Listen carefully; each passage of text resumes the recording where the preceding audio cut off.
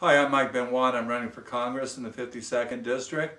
We're doing a videotaping here in the Liberty Library in El Cajon. It's a private library that we open up to everybody in the community to come in if they'd like and research our founding documents and our philosophy of liberty based on what the founders, how they looked at government.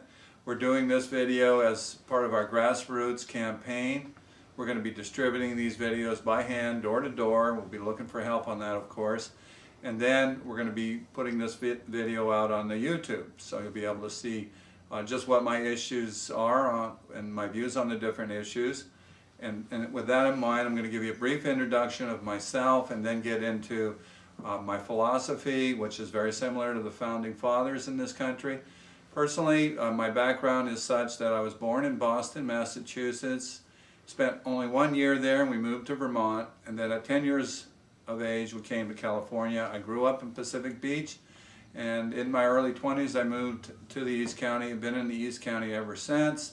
Been a business owner out here for the last 20 plus years in the home inspection business, and I have a flyer delivery service. And in my business I've had to deal with government at so many different levels. I really was forced into taking a close examination of the system of government that we have and watching how things went wrong with more government regulation, more government taxation. I want to give you a little bit of background too. In my personal life, I'm a single father, got 2 daughters. Natalie is age 27, she's married and has a daughter of her own now, Aubrey. And then my daughter Michelle, who's 17, goes to West Hills High School in Santee. So my business is also in Santee. I live in Lakeside. I was motivated to get in politics actually by our former Congressman Duncan Sr. When Duncan Sr., while he was on a radio talk program, I called in and I said, Duncan Hunter, we have to do something about federal government getting so large and they're usurping our rights and whatnot. I said that, you know, maybe we just start looking at cutting the federal government. And I said, what about the federal school lunch? When are we going to get rid of this federal school lunch program? Duncan Hunter said, no, we can't get rid of that because we need to make sure the kids are fed. And I'm going, well, Duncan, that's not a federal function. The federal government has no business in the domestic affairs of the state. And so, you know, that told me that the conservative Republican was really not a small government Republican, he's a big government Republican. The philosophy of the founders, which is the same philosophy that I adhere to, is basically a government that is established to secure our liberties and pretty much leave us alone to live our lives as we best see fit. The federal government was established, according to Madison in Federalist Paper 45, that the federal government was established to deal with issues that were foreign to the states, to deal with things like peace, commerce with foreign nations, disputes between the nations. And Madison made it clear in Federalist Paper 45 that all other issues to deal with a person's life, a person's property, were to be dealt with at the state level, and including your liberty. And so it wasn't the federal government's job in the sense of individual day-to-day liberty to protect it. It was the state's responsibility. And the federal government was to deal with infringements from foreign nations or disputes, again, between the 2 states. Now, this system of government established by the states created the Constitution, so the states were jealous about controlling and keeping, you know, personal control, the philosophy of Thomas Jefferson, keep the government close to the people, the closer the better. So that in this same philosophy we had government that governs least governs best.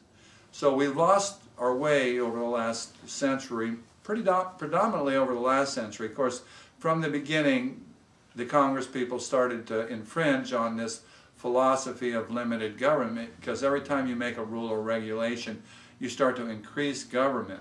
And if it's true that government that governs least governs best, then we don't want to do that kind of thing. But over the last century, we've got ourselves into the mode where we're expecting government to do more and more, and in the process, we're violating the axiom that Ben Franklin pointed out to us. Ben Franklin told us that if we give up our liberties for security, we'd end up with neither, and we deserve neither. So for a century, we've been asking the government to do more. We've been saying, we'll give up our liberty if you give us this security. and we can go back to programs like Social Security, and there's hundreds, probably thousands of different federal programs where we said, we'll give up a little bit of our liberty for this security. Well, if Ben Franklin was correct, and I believe he was, that the more liberty you give up for security, the more you end up with neither. And I think ultimately we'll end up in a 4x8 cell. We'll have the liberty of a 4x8 cell and the security that goes with that. And I don't think people in this country really want that. So my philosophy is to shift our country back to a point where the founders set up. It was a country to secure our liberties. It was set up by people who were liberators, but for a century or more we've been electing people that I call controllers.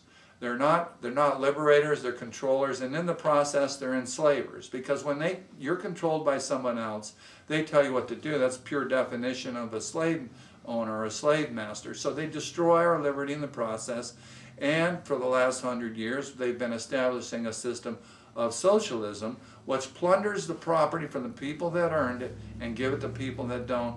And you can see where we're at today. We're really starting to build a system of tyranny where the federal government controls everything all the way down from the state to the county level, and they do it without our say-so. And they're taxing us into a point of oblivion. They're spending us into a point of oblivion. And so with that in mind, I'm going to hit each issue individually here. I'm going to take maybe a minute to a minute and a half to talk about the major issues of the day and show you how if they were dealt with a philosophy of limited government, how much better off we would be.